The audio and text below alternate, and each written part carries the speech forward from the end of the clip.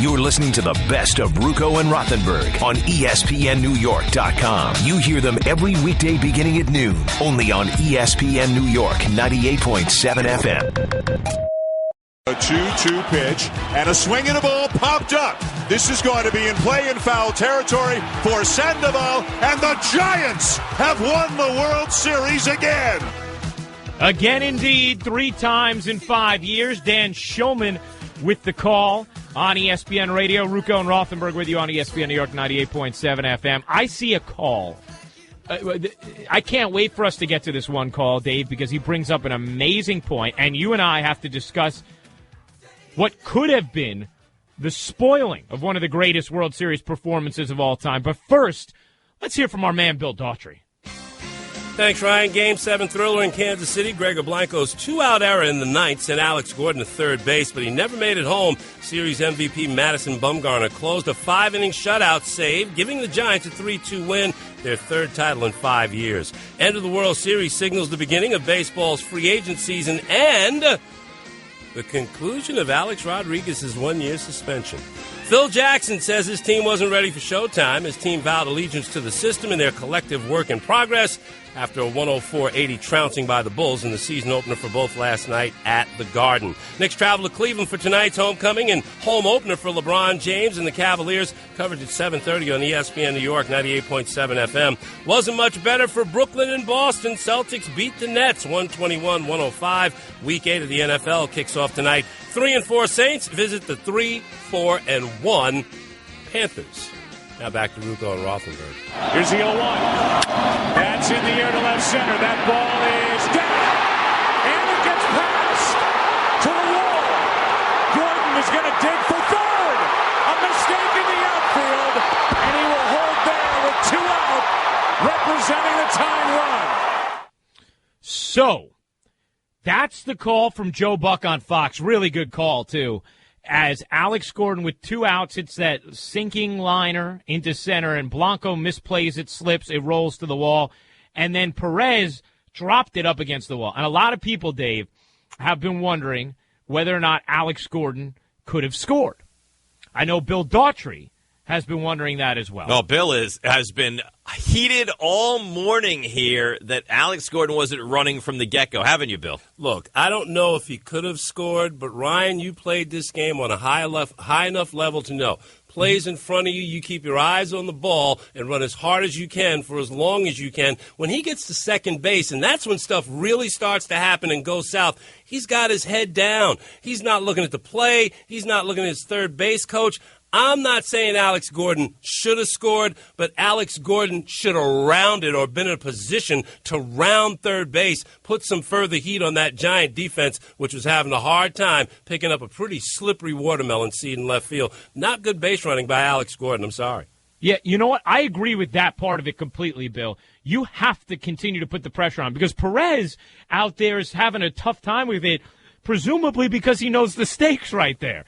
I mean, all of a sudden, when you have to cut the red wire and there's only 7 seconds left, it's a lot harder than when you have to cut it when there's 10 minutes before the bomb explodes. And I think Perez, oh, my gosh, I got to get this ball back in, and he coughs it up out there. Now, Crawford very calmly and importantly picked that ball on the short hop as the cutoff man. Deadspin did an interesting thing here, guys, and I appreciate whoever tweeted at me. I believe it was Izzy Walter who tweeted it at me. Deadspin, they did a breakdown of this, courtesy of Baseball Reference and Larry Granillo. He estimates that Alex Gordon, under perfect circumstances, circles the bases in around 15 seconds, meaning the Giants would have to get the ball into Buster Posey in less than that, right? Well, when the ball is in the bare hand of Brandon Crawford, when he's cocked and ready to throw, it's at 12 seconds. Typically, at most, from that distance to home plate, it takes 2 seconds to throw.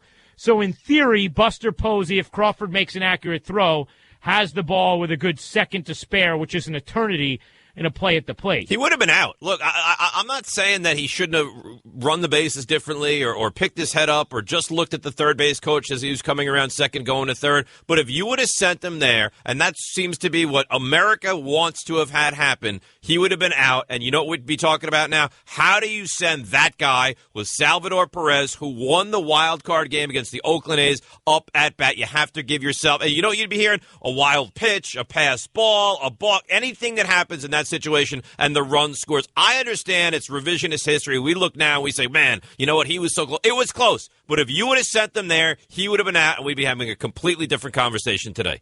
Ruocco and Rothenberg with you on ESPN New York. Sean in Long Island. Sean, you're on the Maserati and Morris County hotline. Hey, what's going on, guys? What's up, Sean?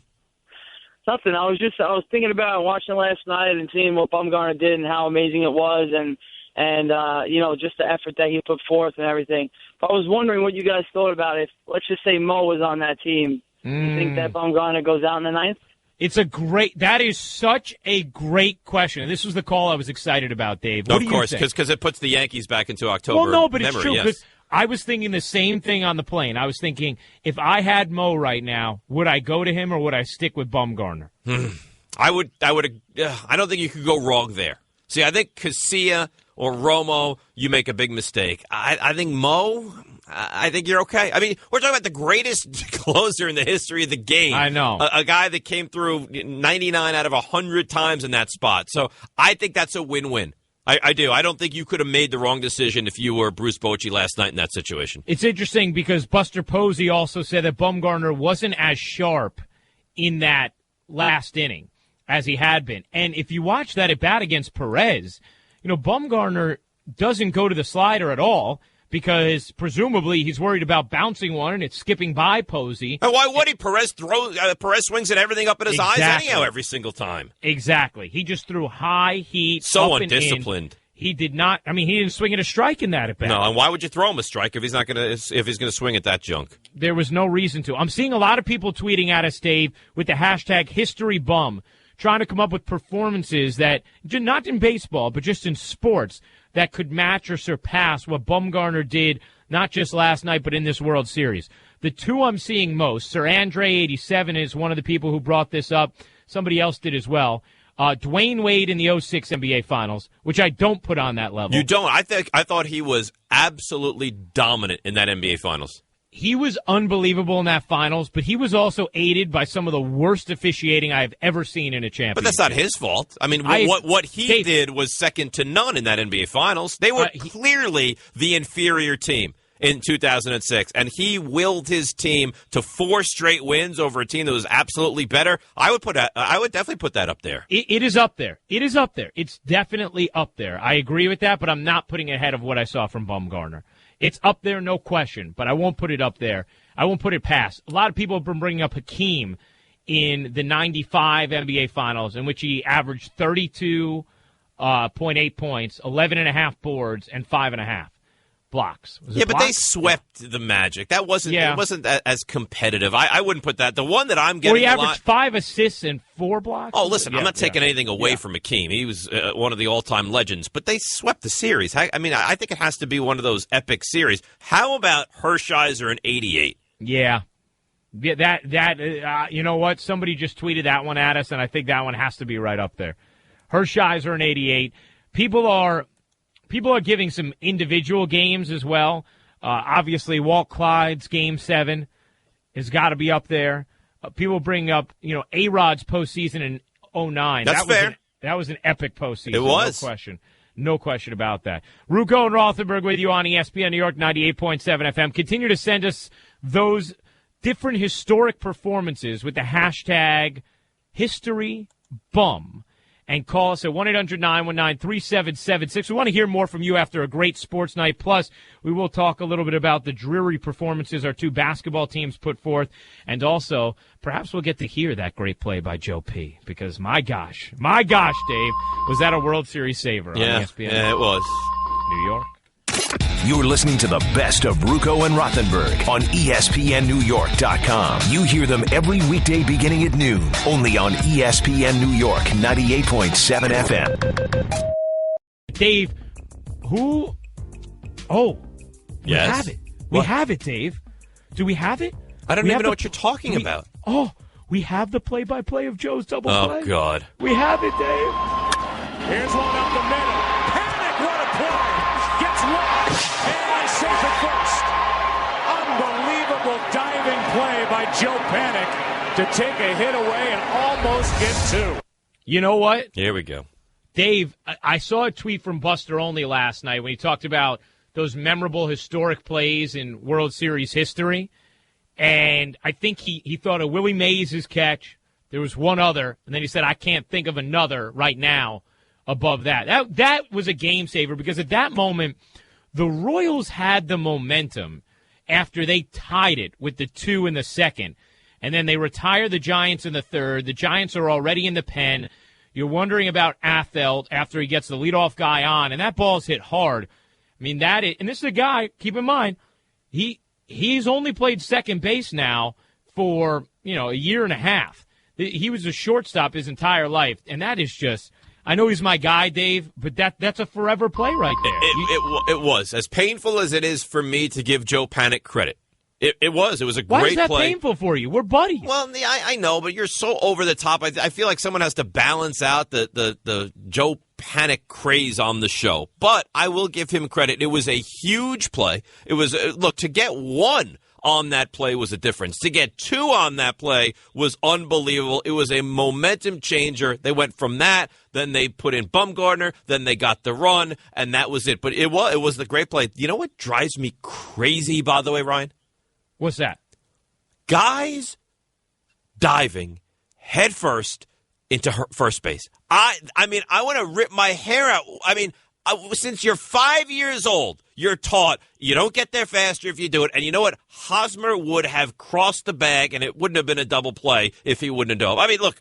Honestly, it wouldn't have been close, Dave. He would have been safe by a step if he just ran through. And it was a phenomenal play. And in all seriousness, I take nothing away from Joe Panik because he was tremendous on that play. But what is Hosmer doing? I mean, that kind of play, you look at it. Every step of the way in this postseason, Kansas City does what so well? They play small ball, right? They run the bases, they bunt, they hustle, they take two, everything. But if you look at the two big moments last night, Hosmer didn't run through first, and he dove head first, which cost them that out. And Gordon didn't bust it out of the box and didn't run well where a play may have occurred at home plate. So, it's the little things that you really remember in these huge baseball games. And kudos to Bochy for challenging it as well. I see a few more good examples of performances like that last night from Madison Bumgarner and other sports that I want to throw out there, and we will in a moment. You guys have been tweeting with the hashtag HistoryBum, but I want to take some of these calls as well, including Ernesto in Jersey. Ernesto, my good friend, this used to be my number one caller on the leadoff spot at 5 a.m., Dave. Hi, guys. How you doing, Dave? Yes, Ernesto. I've been trying to talk to you. Well, we've talked before, but I've been trying to say something to you for the longest. Everyone says that they don't want to be with you sitting watching the Giant game. Yeah. To be honest, I would love to do that with you, only because you're as passionate as I am, and I would love to be with you in that circumstance, okay? Yeah, we're going to do a giveaway. Wait, what do you mean we're going to do a giveaway? Who is doing a giveaway? We're going to do a fan-watching giveaway where a fan gets to watch a Giant game with you. Oh, I never agreed to anything like that. Yeah, I think it's going to happen. Well, I better get compensated for this because that's going to be crazy. Yes. Right, real quick, guys. Hershiser in '88, since we're going by what I've seen, pitcher-wise was the closest thing to someone being that great for Bumgarner yesterday. Except for him being as a relief and only had a relief appearance in this one. He was amazing. Well, I mean, exactly, Ernesto. People are thinking, and thanks for the call. Good to hear from you, my friend. People are thinking, he's going to give you 2 innings. He's going to give you 3, 4. No, he gives you 5. That is absurd. By the way, Dave, who do you think, Frankie P brings this up, someone else did as well on Twitter, who do you think is the football performance like Bumgarner's people have been bringing? I got mine. I know where I would go. And I don't know that he was as dominant as Bumgarner, but if you look at the entire run, see, that's what's so impressive to me is that Bumgarner did it from the beginning of the postseason all the way to the end. And the one that rings true with me is Joe Flacco a couple years ago when he went 11 touchdowns and no interceptions. I don't think he was as dominant, but he was great for an extended period of time in the postseason. Totally agree. That's the one I think about as well. 11 touchdowns, no picks for Joe Flacco. Now, you know, he only completed more than 60% of his passes in one of his 4 games on that run. And in 2 of them, he was at 52%. Threw for over 300 yards in only one of them. So he wasn't as dominant. But that was a great, long, extended run by a player there. Let's go to Alan in Queens. Alan, you're on the Maserati of Morris County hotline. Hi, Ryan. Hi, Dave. What's up, Alan?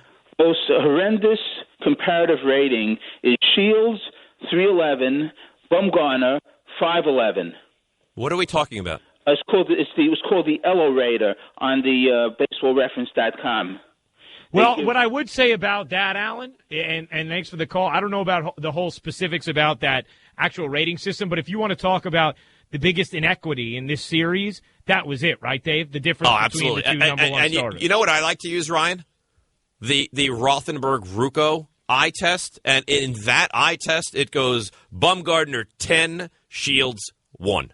Yeah, well, Shields could be a little bit more than 1. Not in this postseason, he wasn't. Yeah, well, you're probably right about that. Nick in North somewhere. Nick, you're on the Maserati of Morris County hotline. Hey, what's going on, guys? In North Carolina here. Got you. For whatever reason, my call screener, it just says North, so I apologize. That's okay. Jack Morris, 91 for Minnesota. He was, I think, 2-0 that World Series, and I think his bullpen blew the second game he pitched, and he pitched 10 innings that Game 7. That was pretty outstanding. And Ruocco, when you're on a plane, why didn't you just listen to the ESPN radio app? Yeah, Ruocco. So I'll tell you why. I tried to listen to the ESPN radio app on the plane, and it wasn't coming through. It has in the past. It has streamed in the past, but it wasn't coming through. So then I tried the MLB at-bat app and listening to the Giants home broadcast, and that wasn't coming through either. And then all of a sudden it just popped on. And then I didn't want to switch anything. The ESPN radio at that point probably was working too, but I was like, I'm not switching anything. So I just went with it. How funny is that, though, Dave? I'm sitting there on this flight, living and dying with every pitch. And you know what was kind of cool about it? It felt very old school, you know? You're listening to the ball. Oh, yeah, very old school. Being at 30,000 feet listening to Game 7 of the World Series. My dad often talks about that back in the mid-'50s. Oh, that's a great point. But just the listening part of it, okay? That part of it felt old school. Yes, people did used to listen to games on the radio. Yes. I will give you that part of it. Exactly. Ryan Ruocco, Dave Rothenberg with you on ESPN New York 98.7 FM. Continue to send us those tweets with the hashtag HistoryBum. And continue to call at 1-800-919-3776 on the Maserati of Morris County hotline. Dave, yesterday was one of the truly epic performances in pro sports of all time from Madison Bumgarner. I do not think we could say the same thing about the two basketball teams in our city. I can't argue with you on that. Yeah, we'll have to talk about that a little bit next on ESPN New York. You're listening to the best of Ruocco and Rothenberg on ESPNNewYork.com. You hear them every weekday beginning at noon, only on ESPN New York 98.7 FM. Well, you're not a Tupac fan? No. Not at all. Ever hear of a guy named Bobby Caldwell? Bobby Caldwell? Yeah. He plays in the city a lot, doesn't he? It's his song! He stole it? No, well, it's his song. He samples it. Tupac does, yes. Yes. Yeah, yes. The hook is Bobby Caldwell. You don't know Tupac, do you? Who? Me? Yeah. I don't know Tupac? What does that mean? Like I don't know Tupac's music? No. Like you know a lot of people. You know Joe Panik. You knew the caller. They used to call your old show. I don't know if you knew Tupac. Tupac's been hanging out with me in Fishkill. That's where he's been all these years. Well, there is a movement that believes he's still alive, and I thought if anybody would know that, it would be you. You're right. They would. I'm sorry that I appreciate Ernesto in Jersey, who used to call me at 5 a.m. every morning, driving trucks across this great landscape. Okay. All right? It's okay. I'm sorry. Maybe I like to remember my audience a little bit more than you did. No, I love it. Listen, maybe I don't need to remember. Ernesto called and begged to watch a Giants game with me, right? I mean, we got Matt Siegels, we got Troy Benjamins. You have, like, bit players all over the place. That's right, exactly. And no one can stand up to my team with all the players I'm putting in a uniform. Don't forget that. Who's going to come with you? You and Sherry? Is that it? You know That's what? Who you're bringing if I to have the to table? go to battle with my beautiful wife, then so be it, my friend. I think we know who's the Jets and who's the Sharks here, pal. Ruocco and Rothenberg with you on ESPN New York 98.7 FM. Let's get a Sports Center from Bill Daughtry. Love it when he calls you pal. An amazing Game 7 in the World Series. Giants claim their third title in 5 years as they close out the Royals 3-2. Series MVP Madison Bumgarner with a 5-inning shutout save to seal the deal in Kansas City. With the conclusion of the World Series, Alex Rodriguez's one-year ban officially ends. The 39-year-old Yankee has yet to comment. Knicks lost their season and home opener last night. They messed with the Bulls, and they got the horns. Chicago, 104-80. They pasted the Knicks. Carmelo with 14 points. Knicks shot 37% from the field. From Matador to Swashbuckler, Knicks visit the Cavaliers tonight, covered at 7:30 on ESPN New York, 98.7 FM. Brooklyn also tasted the lash last night. Nets lost to the Celtics in Boston, 121-105. Nets in Detroit on Saturday. Thursday's NFL matchup takes us to the NFC South. 3-4 New Orleans visiting 3-4-1 Carolina.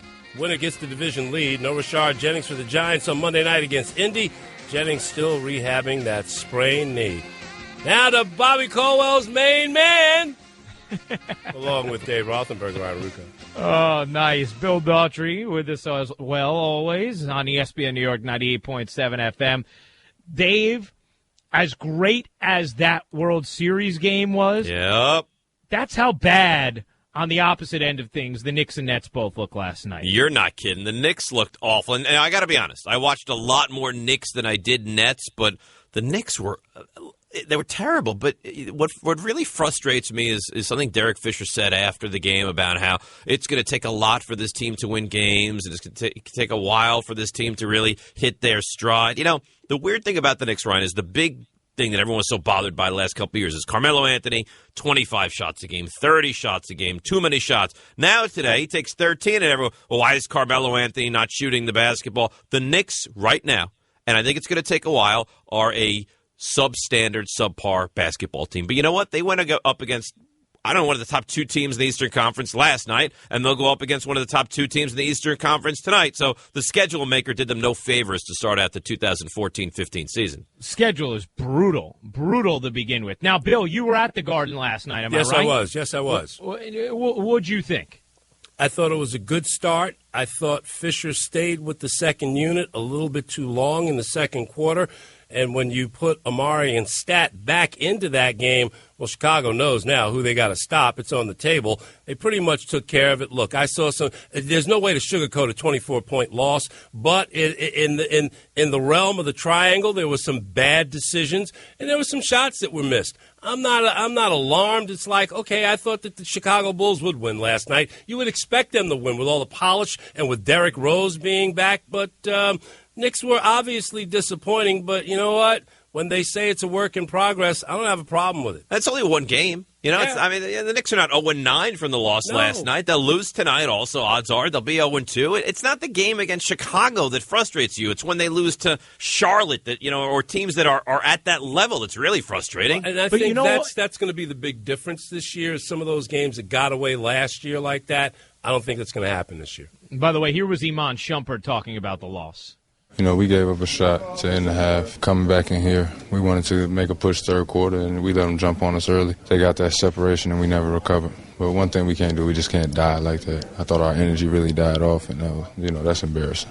Well, you know what? That part of it, I agree with him, but I think the approach that I can see Bill is taking is probably the one that's going to be appropriate for Knicks fans this year.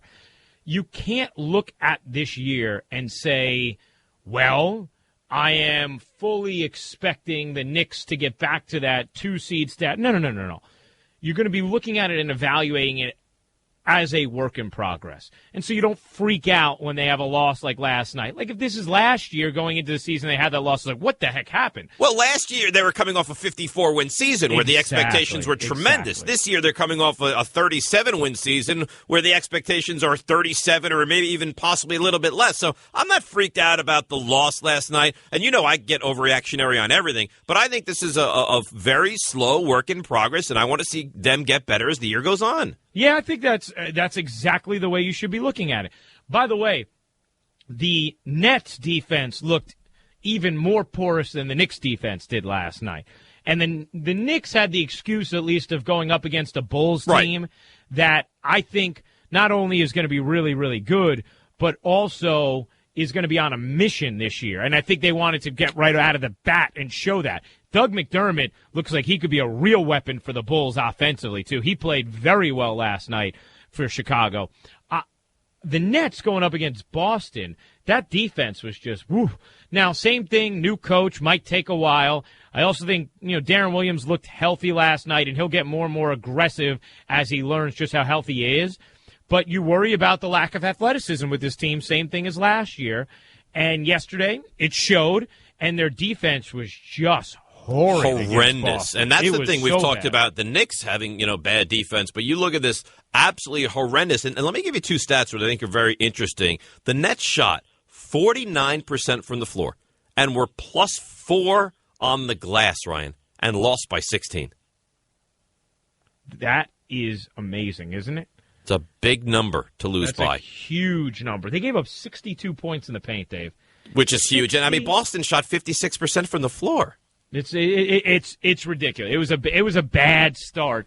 It was a bad start for both teams, but I thought it was a worse start probably for the Nets because they were playing a team that's nowhere near where the Bulls are at. By the way, my join.me froze, so you just have to, if you tell me the out time, I have the clock, but I don't see it on the join.me for the end of the program here, Dave, to take the audience behind the curtain here. Oh, you took them way behind. Yeah, exactly. So someone could tell me that in my ear. That'd be awesome. Well, we'll let you know. We'll keep you posted. Don't worry. What's that? We'll keep you posted. Oh, good. All right. I'll be. If it was up to me, Dave, you and I would be on the air together forever. I mean, we would just do 24/7 perpetual shows. I would get tired. I get sleepy after going on benders like that, though. So I'm asking you this before we sign off. We look at last night's game, Madison Bumgarner's performance. For you, is it the best championship performance you have ever seen? In any sport? Yes. No. What would you put there? I would put Hershiser above him. That I've ever seen, I would say Hershiser is above him, and that's probably the only one that's been better that I have witnessed with my own eyes. Pretty darn close. Yeah. I would say it is the top championship performance I have ever seen, what he did in this World Series between the three appearances. Congratulations to my buddy Joe Panik, to his family. Oh, so happy for all of them. We got to congratulate his family? Yes, of course. I'm very close with them. What's his parents' names last night? What are their names? Paul, Natalie, and his brother Paul. Congrats to all of them. Dave will do it again. Pauls? The son and the father. All Paul right. Jr. and then Paul the father. That happens in this culture. I understand how it works. All right. We'll do it again in 23 hours, okay? Yes. All right. Loop up next. You're listening to the best of Ruocco and Rothenberg on ESPNNewYork.com. You hear them every weekday beginning at noon, only on ESPN New York 98.7 FM. Welcome to the Eliminator Round. Oh, trouble. Harvick and Kem's at the round. 8 proud nations. Frank Keselowski losing spots. Now he's got problems. Lost your transmission for no reason. I haven't missed a shift or anything. 4 spots remain as we head to Texas. Congratulations, Jeff Gordon. He's off to a great start here in the Eliminator Round. The 4 who survive race for the championship. The chase for the NASCAR Sprint Cup at Texas, presented by Federated Auto Parts. Sunday at 2 Eastern on ESPN. The Eliminator Round is here. You're listening to the best of Ruocco and Rothenberg on ESPNNewYork.com. You hear them every weekday beginning at noon, only on ESPN New York 98.7 FM. That was a great game. What we saw last night, at least for me, is everything that we love about sports. It had the moment, it had the intensity, it had the blunders potentially with 2 outs in the ninth, it had the great heroic story of Bumgarner. It had everything, that game last night. That's why it's great. Exactly. That's why what we do, Dave, this is why it's great, because we get to be on the air talking about moments like last night. That's a forever game. you will always remember Madison Bumgarner dragging his team and eyeballs to the set like no pitcher we have seen before in a championship performance last night. Dave, that was a classic Game 7, and Madison Bumgarner's performance in this series, not just last night, but in this series, it really, really may be the greatest championship performance in the history of sports when you take into account everything he did in this World Series. We're so desperate, Ryan, and I think you'd agree. We're so desperate to find, like, this is the biggest, and it's hyperbole, and I've never seen anything like that before because we want it so badly. We finally got it, okay? You can go back to Koufax. You can go back to Bob Gibson. You can even go 2001 to what Randy Johnson did. And Bumgarner's right there lockstep with them. But the difference is he did it. Remember, when we started the postseason, right? We started with the Pirates and the Giants, and we started with Bumgarner dominant in that performance. And then at the end of the World Series, 5, 6, 7, 8, 9th inning, he was brilliant as well. What a brilliant, dominating performance from him over the entire postseason. Dave, it was like he was the secret weapon, right? And you were just waiting for Bruce Bochy to deploy him. And I think I was sort of expecting him to be in there in the third inning after they got out of the second, or maybe in the start of the fourth. And Bochy just had his finger on the pulse. He knew exactly how to do it. And then Bumgarner comes in that fifth inning, he's kind of feeling his way out. You know, he gives up the leadoff single. I thought it was a mistake to sack bunt on a 2-0 count. Mm-hmm. And the second batter, when Bumgarner had given up the hit, and you could tell he wasn't crisp in that first inning, because then even the second out of the inning was the line drive Perez made a nice play on, which was another good Bochy move, because if Ishikawa's out there, I'm not sure that ball gets caught. And he was positioned perfectly on that play as well. Perfectly. And I thought there was a mistake by Ned Yost, but you watch him squeeze through the fifth inning, and then after that, Dave, you could just tell as that sixth inning went along, you're like, whoa, he's getting into that groove. And when he was in that place during this World Series, he was in one of those special places where he became a legend. He was like a character from a movie. He was Chuck Norris. He was Jack Bauer. He was infallible, and there was no way his team was going to die with him on that mound. That's who he became. He became a character in a movie who was going to be standing at the end, and you just knew it because his dominance, Dave, it was that mind-boggling. It was one of the truly special performances you will ever see, and it transcends your interest in this particular team or this particular sport. If you are just a sports fan, you ran to watch Madison Bumgarner last night, and you did so with your jaw open, not believing, yet somehow expecting that greatness. Well, it becomes, and now he was great, and you take nothing away from him, but it becomes psychological. When you're the Royals and you fall behind 3-2 in that game, and you know that it's Bumgarner on the hill and how great he's been in this postseason, it becomes a little bit psychological also. Now, I was watching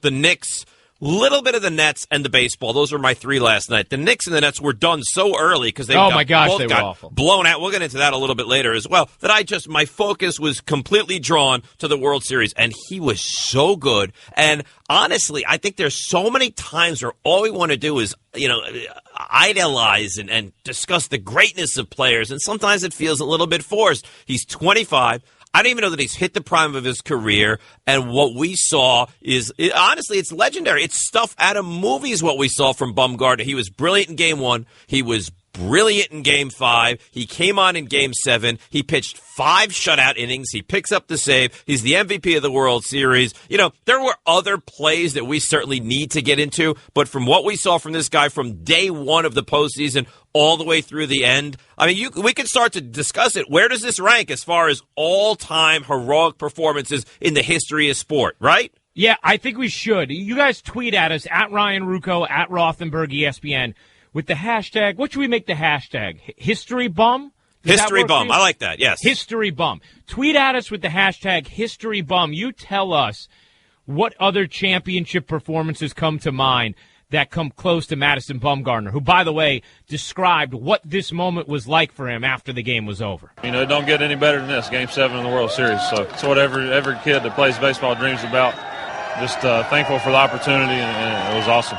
And I love this. You're wondering, is Bruce Bochy going to continue to ride him? And if you're sitting there as a fan of the sport or as a fan of greatness or as a fan of the Giants, you're saying, well, he's got to continue riding. You can't take him out. You can't take him out. Had to. Look, you know what? If you brought him out in the ninth, then you had to. And that was the big discussion on Fox. Was what will they do? Will they keep him in the game? Are they going to take him out? I mean, you can't do that. And I tweeted last night, if you take him out and you lose, you will be crucified, and rightfully so. But if you keep him in and you lose, you know what? Sometimes things look. You don't go back if you're Joe Torre to 2001 and say to yourself, "Man, I should have not pitched Rivera." Sometimes you just lose with your best on the mound, and that's okay. But it was the right decision. It worked out well, and man, oh man, what a seventh game that was last night. Here was Bruce Bochy talking about actually trying to stay away from his starting pitcher because he knew he had to ride him. What he did through all this postseason, and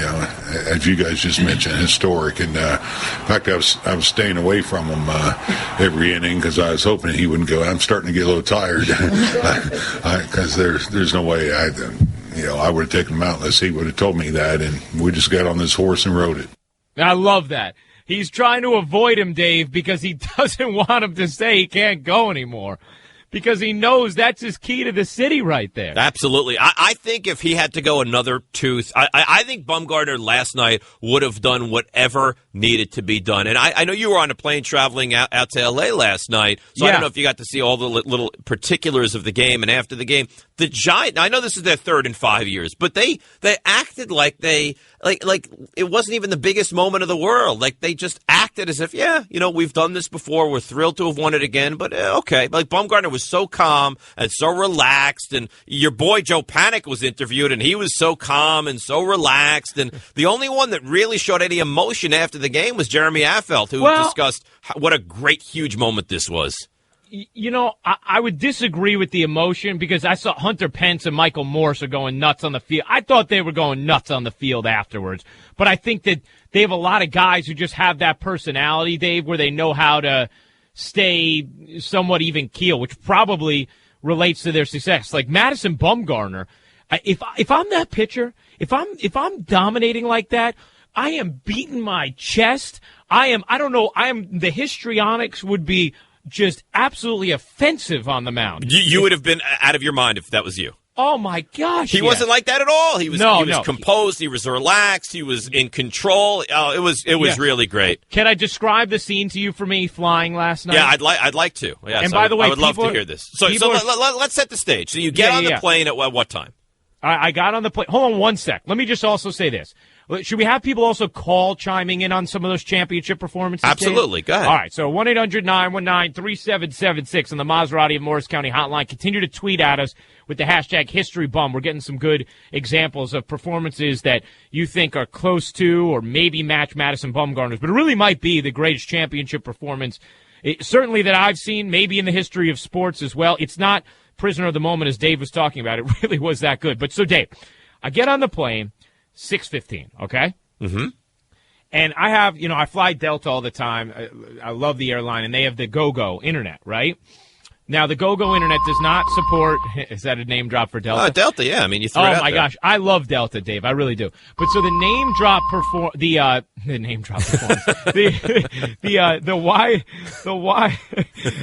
Compose yourself. You're doing great. Keep it up. Obviously, the video streaming doesn't work up there, even though the internet works. And I'm told that the audio does work. I was told yesterday that by some of our followers who were great. And they said, get the MLB app, and you can go ahead and make that happen, all right?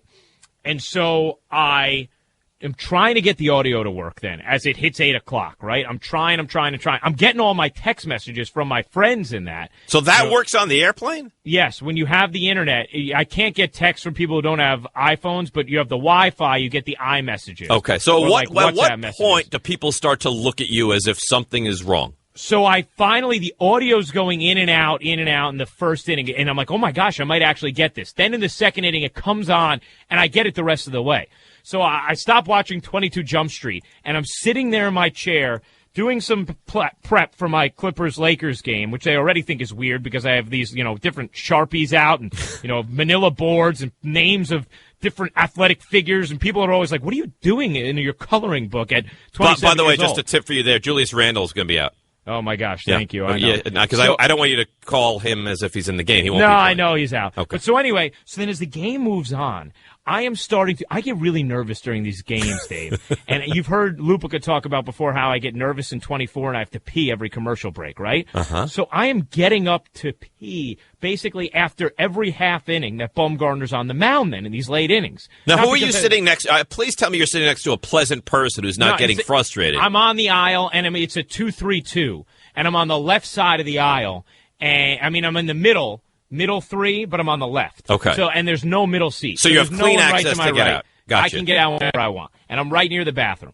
So I'm getting up between every half inning, after every bottom of the inning. I'm getting up to pee to get rid of my nerves. So then in the ninth, Dave, I am sitting there, hunched over, clenched, shaking, clapping, fist pumping with every strike. At the first down, Bumgarner struck out the first bat of the inning. I go, yes! And I pump both fists. I had people in 3 adjacent aisles look at me like, what is wrong with this guy? In any kind of thing that's out of the ordinary on a plane. Yeah, nervous, people don't Dave. like. Now, at any point, do you stand up and just start screaming, I love Joe Panik? Did that happen at all? I wanted to, Uh-huh. and I was, how like your grandpa might like tell the people next to you, like, oh, this is my grandson Dave. He's on the radio. Like, well, I wanted to like tell the people next to me, like, you have to see my buddy Joe Panik's double play. You got to see this. You just have to see this. But I didn't. But so then the final out comes, and I get up and I double fist pump, and I'm like shaking my fists in the air. And there's a person behind me who says, that must be a really good movie. 22 Jump Street was really, really good. And I was like, no. I was like, no, I'm listening to the World Series. Yeah, come on, you're on a plane of human beings. Nobody else was interested in Game 7 of the World Series? I don't know if they would know how to access it. It's not the easiest thing to do from the sky. Yeah, I had to, buy the app for $27.99 or whatever and listen to it from the air. So I don't know. There may have been, but in my immediate area, everybody just thought I was crazy. But I was happy, Dave, and that's all that matters. Oh, that is all that matters. What a moment. Now, when you land, did you go home and watch the highlights? Because the play that we haven't gotten into yet was 2 outs, bottom of the ninth. Alex Gordon hits this little shot to left center field, and Blanco butchers it. It goes to the wall. Perez picks it up and then drops it, and Gordon turns around, rounding second, going to third. And most people, myself included, thought, oh, my God, we're going to see a Little League home run to tie the World Series in a Game 7, but he gets held up at third. Did you see that play? Yes, of course I did. And what's funny is, as I'm listening to it unfold on the radio, John Miller did a great job. He goes, Gordon's heading for third. They still haven't retrieved the ball. And I'm thinking, he's going to score. Of course he's going to score. This is going to be an inside-the-park homer to tie this game. Are you kidding me? And then seeing the replay, I am very surprised that Gordon was not motoring harder around third. We'll talk about that more in a moment. Plus, we do have to go back to the context of Joey's play, because that double play is one of the great defensive plays. I saw Buster Olney tweet about it as well. That double play that's a forever play now. That's a forever play. Now here's the question that has to be asked to you. When's he coming on the show? So I texted with him for quite a bit last night, because remember, I was on the West Coast, so while he was up partying, I was probably one of the few people who he could communicate with. So we texted a little bit, and he said he turned 24 at midnight last night too. Imagine that for a birthday present, huh? So he said he joked with me. He said, you might have to wait, brother, because I'm planning on being out all night. But if I'm up, I'm yours. So he's either gonna, if he's not awake, I texted him.